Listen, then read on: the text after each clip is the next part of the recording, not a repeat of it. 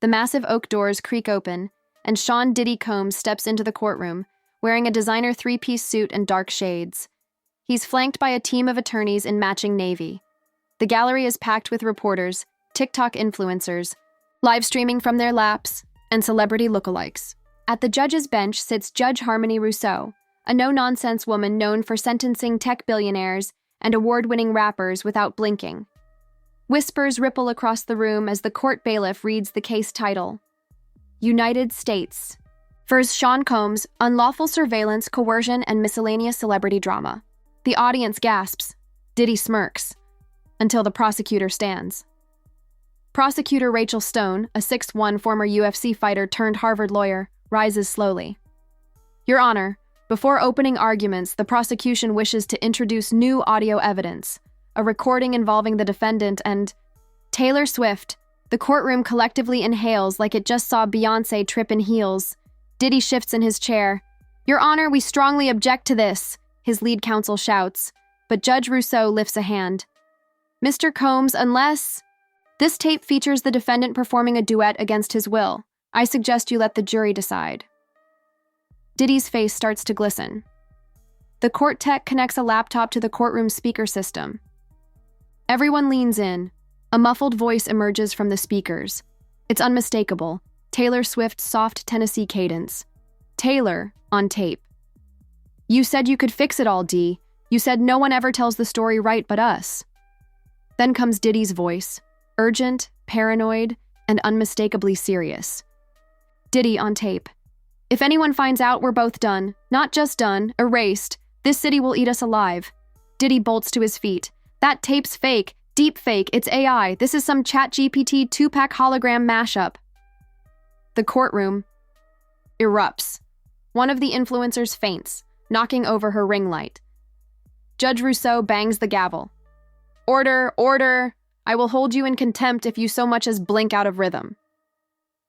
The prosecution cues up the rest of the recording. The room hushes again. Taylor, on tape. You made me write the Reputation album backwards. You said it would scramble metadata. Diddy, on tape. And I was right. No one's cracked it yet, right? Taylor, on tape. But the messages are still there. D, they'll hear them eventually. Diddy clutches his chest like someone just bootlegged Bad Boy Records. One juror mouths, "Oh my God," and another scribbles, "Illuminati confirmed," on her legal pad. Diddy's lawyer begs for a recess. Judge Rousseau. Denied. You started this mixtape. Now we play all 14 tracks. Prosecutor Stone paces. The audio confirms a pattern. Mr. Combs manipulated Ms. Swift into embedding covert messages, metadata codes, and subliminal contract language into her albums. Albums that moved millions of units. Gasps. A Swiftie in the back sobs. Stone turns. He used her platform. He used her music. He weaponized heartbreak. Diddy trembles. That's absurd. Taylor and I were just collaborating. It was artistic espionage. The judge frowns. Mr. Combs, did you just say espionage? Diddy gulps. Allegedly? Allegedly espionage. Judge Rousseau signals. The clerk. Mark the transcript. Defendant confesses to artistic espionage. The courtroom takes a break for lunch. Outside, protesters march holding signs like, Justice for Swift, and No More Seanspiracies. Inside the holding room, Diddy paces like he's back in Making the Band. His attorney whispers, we need a distraction, or a miracle, or Kanye. Diddy groans. Call Usher. No, call Drake. No, wait. Drake hates me right now.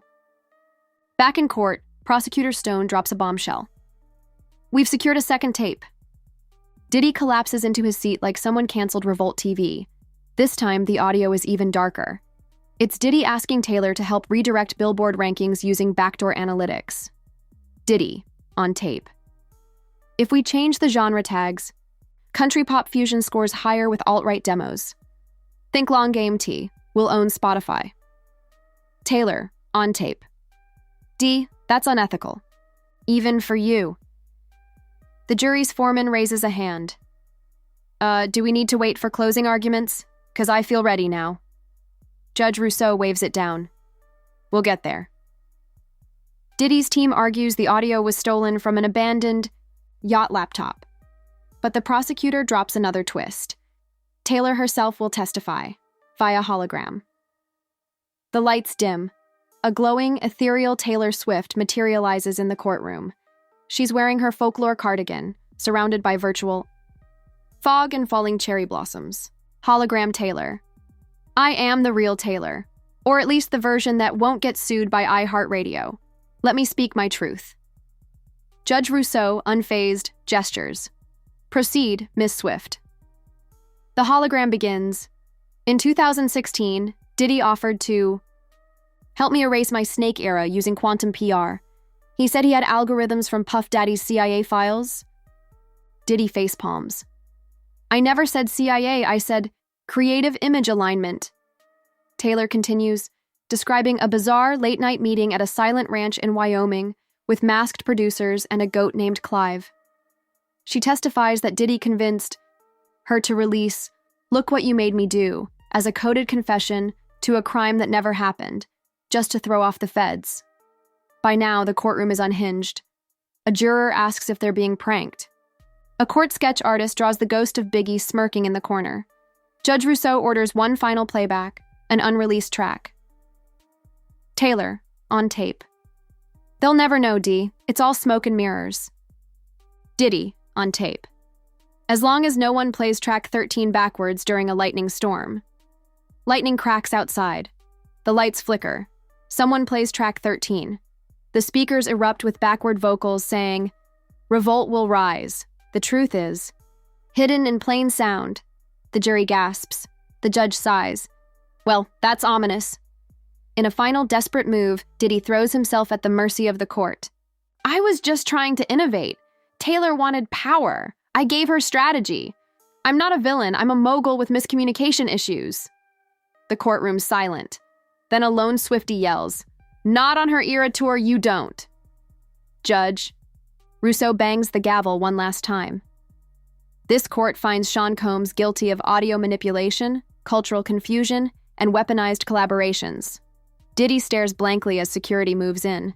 Taylor's hologram fades away with one final line, "This is why we can't have nice things." The courtroom is hushed. The air feels like it could burst into confetti or chaos at any moment. Diddy stands motionless, still stunned from the guilty verdict. He looks out at the crowd, reporters furiously scribbling, jurors still wide-eyed, and Taylor's hologram frozen mid-smirk before it softly dissolves into code. The gavel's echo still rings through the air like a drum loop from a lost Bad Boy single. Suddenly, chaos. From the back of the courtroom, DJ Khaled bursts through. The double door is flanked by a crew of hype men shouting, "Another one!" as if that would somehow change the verdict. The bailiff attempts to stop him, but it's too late. Khaled throws glitter in the air and yells, "We stay innocent!" Judge Rousseau sighs, removing her reading glasses with the weight of someone who has sentenced 7 tech billionaires. And now this. "Mr. Khaled," she says wearily, "please leave the courtroom unless you're prepared to submit legal arguments and not motivational quotes." Khaled yells, "Diddy never played himself," but is gently escorted out by 2 marshals. Diddy's lawyers huddle around him, frantically whispering, "We can appeal. We'll blame the AI. Maybe Taylor was deep-faked. Maybe it was a dream sequence. Can we argue alternate timelines?" Diddy raises a hand to silence them. "No," he says solemnly, eyes dark behind his tinted glasses. "This was always going to happen. You play with the pop gods, and eventually they play you back." He turns toward the judge. "Your Honor, I would like to speak." Gasps. Prosecutor Stone narrows her eyes. "He's going off script. The P." Judge leans back. "Proceed, Mr. Combs. You have 5 minutes, and no music cues." Diddy steps forward, straightens his tie, and removes his sunglasses for the first time, revealing a single dramatic teardrop slowly sliding down his cheek. "Built an empire," he begins. "I gave the world Biggie, Mace, Danity Kane. For God's sake, I even gave them Day 26. I turned soul into swagger. I didn't ask for power, I asked for vision." He pauses. The crowd is spellbound. But somewhere along the way, I stopped. Hearing the music, I started hearing strategy. When I met Taylor, she was powerful, but But I saw something else.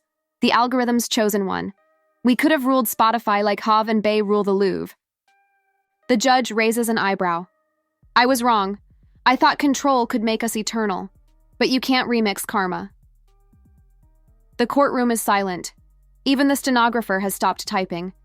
Then, from the gallery, a familiar voice calls out, "You forgot. The first rule of the industry, D." The crowd parts like the Red Sea, and in walks none other than Jay-Z, dressed in a gray Rock Nation suit and diamond cufflinks. Jay slowly walks up to the rail, arms folded. You don't sample the Queen unless you clear it first. The gallery loses it. Half the room screams. The other half tries to FaceTime their friends. Diddy stumbles back. Jay, I thought you were on vacation in the Maldives. I was, Jay says. But even the Maldives heard that tape. Diddy tries to respond, but the judge bangs the gavel. This is not a Rock Nation intervention, she yells. Mr. Carter, unless you're testifying, Jay raises a hand. Just here to say goodbye. He nods once at Diddy, then turns and walks out as quietly as he came. Now it's all falling apart. The marshals approach. Diddy's lawyers look away. The bailiff announces, defendant will now be remanded to custody pending sentencing. But, just before the marshals can cuff him, the courtroom lights dim. Smoke pours in from the air vents. A bass line drops. Uh-oh, someone says. Is that? Suddenly, the walls light up with holograms. It's a Diddy retrospective montage. His greatest hits, mogul moments, even clips from MTV's Making the Band. The jury sees Diddy dancing in shiny suits, making contestants walk to Brooklyn for cheesecake, posing in a fur coat with sunglasses at midnight. Then a final message flashes on the walls. You can take the man out of Bad Boy, but you can't take Bad Boy out of the man. Judge Rousseau's had enough. Cut the visuals or I will add 5 years for courtroom spectacle. The tech crew scrambles to shut it off. Diddy turns to the judge once more and with a final breath says, if I go down, I'm taking the master recordings. With me. Stone gasps. No, not the vault. But it's too late. Diddy presses a button on his smartwatch.